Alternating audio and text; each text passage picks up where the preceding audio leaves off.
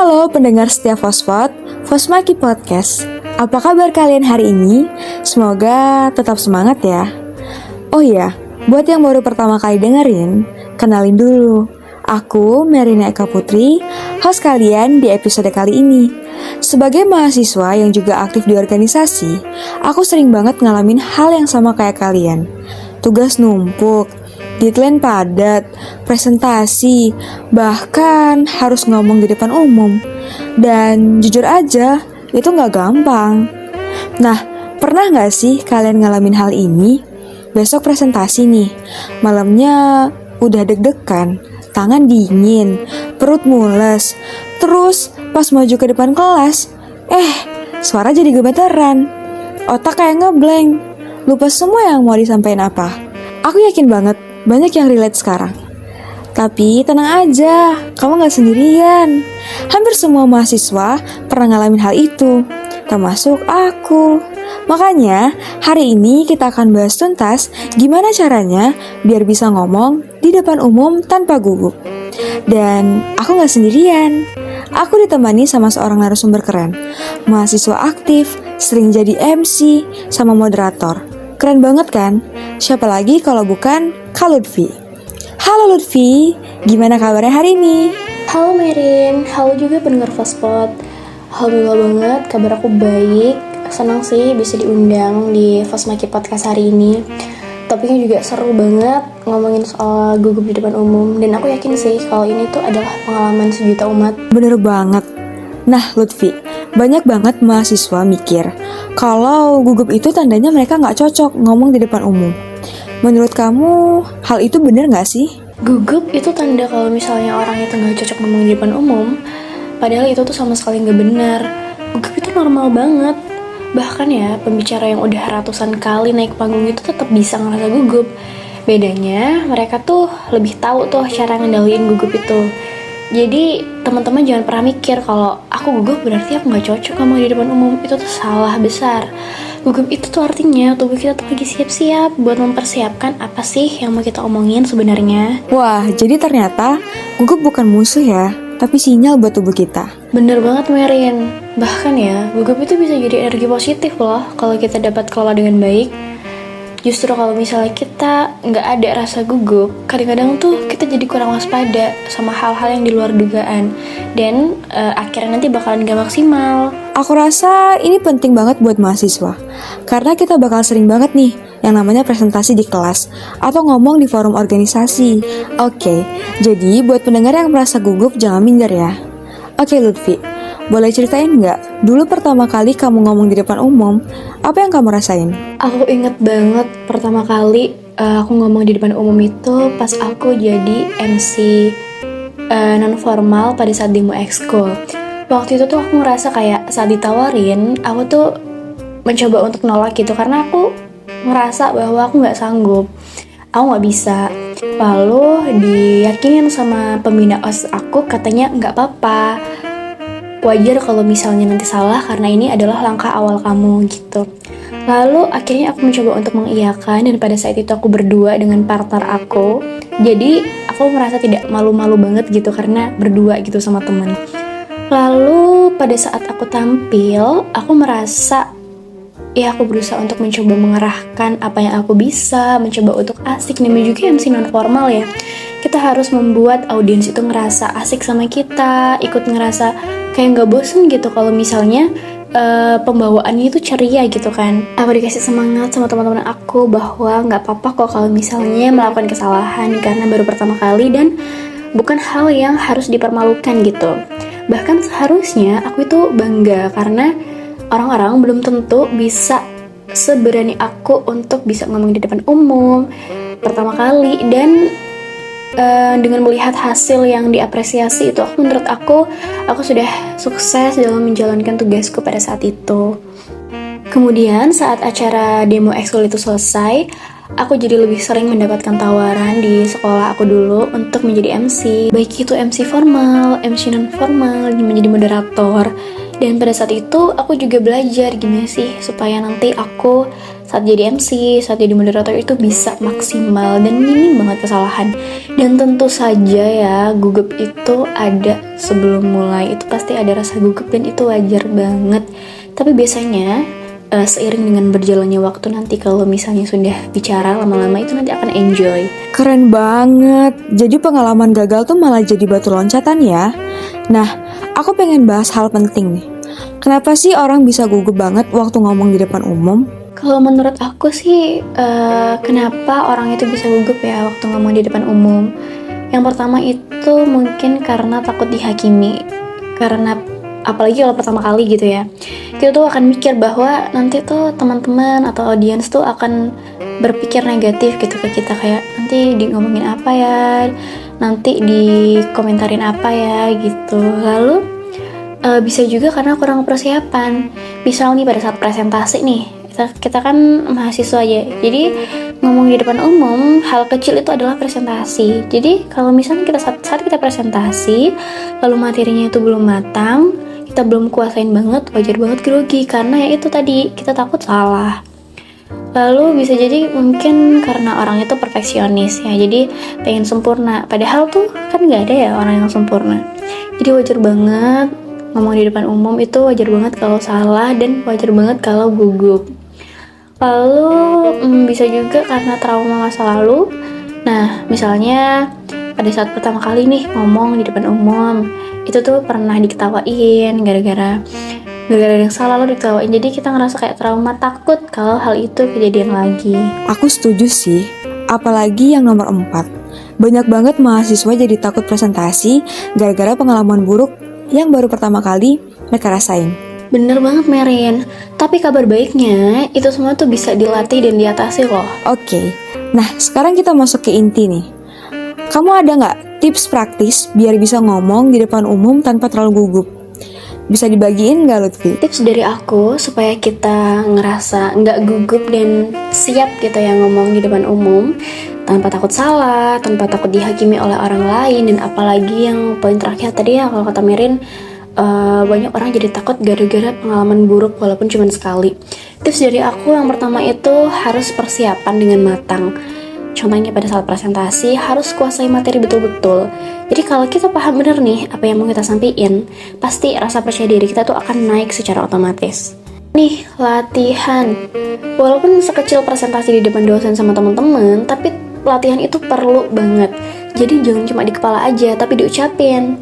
Latihannya itu bisa di depan kaca, bisa rekam video, nanti bisa dilihat lagi kan. Abis itu bisa juga latihan di depan teman-teman langsung, bisa 1 jam sebelum presentasi atau 1 hari sebelum presentasi, bebas gimana enaknya teman-teman aja. Lalu yang ketiga, pernafasan. Ya sebelum mulai itu pasti kita gugup ya, jadi coba tarik nafas, buang perlahan, tarik nafas, buang. Jadi itu bakal ngebikin kita lebih rileks tentunya. Lalu tips yang selanjutnya itu simulasi kondisi nih. Jadi kalau misalnya kita akan ngomong di depan banyak audiens, kalau tanpa latihan itu pasti akan gugup banget. Karena kita akan ditonton banyak orang. Jadi baiknya kita coba latihan, dan latihannya itu harus ada audiens beneran. Contohnya ya, minta tolong sama teman-teman kalian pura-pura jadi audiens ya, nanti tolong komentarin kira-kira aku kurangnya apa nih gitu. Lalu kita harus positive self-talk, artinya kita harus meyakini diri sendiri kalau aku tuh siap, aku bisa, aku siap, aku bisa.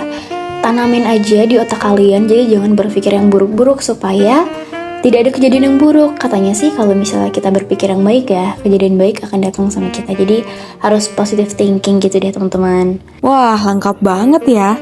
Tapi aku penasaran nih, kalau udah di depan panggung, terus tiba-tiba ngeblank, itu kan sering banget terjadi ya. Itu kita harus gimana Lutfi? Nah, itu juga hal yang biasa banget kalau tiba-tiba blank gitu kan. Bingung harus ngapain. Aku juga sering kok kayak gitu. Nah, biasanya kalau aku, ketika aku blank, yang pertama itu aku jangan panik, gak boleh panik. Biarin berhenti sebentar gak apa-apa, tarik nafas, buang nafas, habis itu lanjut lagi. Karena kalau kita panik, otak kita itu gak akan bisa bekerja dengan normal, teman-teman. Lalu biasanya sih aku ulang poin terakhir ya, misal Pada tahun 2023, pada penelitian ini gitu kan, kalau kita lupa, it's okay. Lalu ketika kita udah tahu, kita ulangin lagi poinnya gitu. Jadi supaya otak juga dapat jeda dan audiens juga akan tahu nih, oh ternyata lanjutannya tuh yang tadi, yang ngeblank tadi gitu. Jadi audiens juga akan dapat informasi secara jelas. Lalu kalau kita lagi blank dan bener-bener nggak tahu nih apa ya selanjutnya, kita bisa akalin dengan interaksi atau kita bisa kasih pertanyaan sederhana nih ke audiens. Jadi kayak ice breaking gitu. Jadi audiens tuh nggak akan tahu kalau kita tuh lagi blank. Kemudian bisa sih teman-teman pakai catatan kecil, tapi inget ya itu kayak cuman catatan aja supaya kalau lupa bisa langsung dilihat gitu. Bukan yang harus dibaca dari awal sampai akhir ya, nggak boleh. Nah jadi audiens itu juga sering kok nggak sadar kalau kita lagi blank. Jadi kita jangan umbar kalau kita panik, kalau kita gugup, santai aja gitu. Iya, setuju banget. Nah, aku mau tanya soal presentasi di kelas. Banyak banget mahasiswa ngeluh audiensnya itu ngantuk atau malah sibuk main HP. Gimana nih cara biar presentasi itu lebih menarik? Nah itu juga masalah sejuta umat sih kayaknya. Pasti setiap orang tuh pernah ngalamin dicuekin karena audiensnya ngantuk, sibuk main HP dan lain sebagainya. Nah kalau gitu aku ada tips ya. Jadi pas saat presentasi, kita kan mahasiswa pendidikan kimia ya, terkhususnya yang mendengar Fosmaki Podcast ini, kita bisa buka presentasi kita dengan sebuah fakta atau fenomena yang menarik tentang materi yang akan kita presentasikan. Karena dalam kimia itu pasti ada dulu fenomenanya, baru dia dijelaskan secara sains, secara kimia. Jadi nanti teman-teman akan ngerasa, oh ternyata begini aplikasi di kehidupan sehari-hari gitu. Jadi akan membuat audiens tertarik dan fokus mendengarkan presentasi kalian.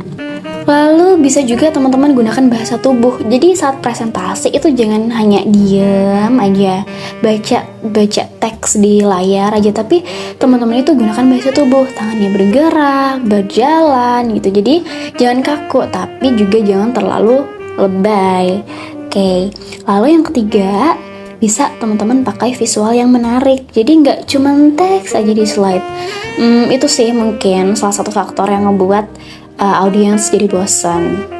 Lalu bisa juga teman-teman itu ajak nih audiens angkat tangan. Misal ketika ada kuis, ketika ada kasih contoh, jadi kita tuh mengajak audiens. Jadi interaksinya bisa dua arah gitu teman-teman. Mantap banget sih ini. Oke Lutfi, ada juga masalah klasik nih. Suara kecil atau nggak jelas. Tipsnya dong buat melatih suara biar suara kita tuh nggak kecil dan artikulasinya jadi jelas. Kalau aku biasanya latihan vokal aja sih, kayak aku keluarin bunyi huruf vokal kayak A, I, U, E, O, dan itu lakuinnya jangan cuma sekali, latihannya rutin biar suara kita tuh terbiasa. Dan juga kita tuh harus memposisikan diri sebagai orang yang duduk paling belakang gitu. Kira-kira denger gak ya kalau suara saya segini? Kira-kira jelas gak ya suara saya segini di orang yang belakang gitu. Jadi supaya teman-teman yang belakang itu denger nih suara kita jadi seberapa, kira-kira kita kontrol suara kita sendiri gitu. Haha, bener banget lagi. Nah, biar makin lengkap nih, aku pengen kasih simulasi singkat. Misalnya, aku jadi mahasiswa yang lagi presentasi. Deg-degan dong pastinya. Terus aku ngomong, "Selamat pagi semua. Hari ini saya akan menjelaskan, tapi suaranya kecil dan gemeteran." Gimana cara Lutfi memperbaiki hal itu? Mungkin yang pertama kali aku lakuin adalah tarik nafas ya. Tentunya aku atur nafas, lalu aku memposisikan diri gitu. Gimana sih supaya aku nyaman. Kemudian ya udah mencoba untuk mengulangi lagi dengan suara yang lebih keras, dengan yang lebih lantang aja sih. Selamat pagi, hari ini saya akan menjelaskan gitu. Jadi intonasinya tuh naik.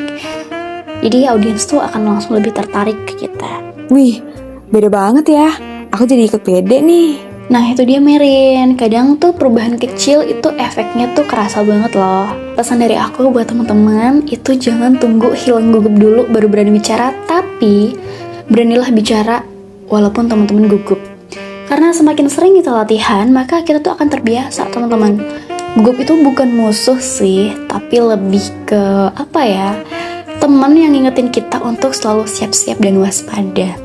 Jadi, ayo teman-teman mulai dari sekarang berani bicara di depan umum.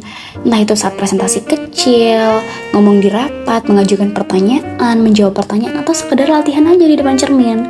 Karena kemampuan public speaking itu investasi seumur hidup dan diperlukan banget pada saat kita menjadi mahasiswa dan di dunia kerja. Aku suka banget sama poin yang Lutfi bilang tadi. Fokus sama isi, bukan diri sendiri. Karena jujur, aku sendiri sebagai mahasiswa kadang lebih suka mikirin, nanti aku kelihatannya gimana ya? Dibanding mikirin apakah pesannya itu nyampe ke audiens atau enggak. Padahal inti public speaking itu komunikasi. Dan buat teman-teman mahasiswa, public speaking ini skill yang wajib kita punya. Bukan cuma buat presentasi di kelas, tapi juga bakal kepake di organisasi, magang, bahkan nanti pas kita udah di dunia kerja. Oke, gak berasa obrolan kita udah panjang banget nih. Terima kasih banyak ya Lutfi atas sharingnya yang super lengkap dan relate banget buat kita mahasiswa. Sama-sama Merin, senang banget bisa ngobrol hari ini. Baiklah teman-teman, itu tadi obrolan kita tentang gimana caranya ngomong di depan umum tanpa gugup. Ingat, gugup itu normal dan semua orang bisa belajar. Jangan tunggu hilang gugup dulu baru berani bicara, tapi beranilah bicara meski gugup. Thank you dari setia dengerin Fosmaki Podcast. Aku, Merin Eka Putri, pamit dulu dari episode kali ini. Sampai ketemu di episode berikutnya. Stay confident, stay inspired. Bye!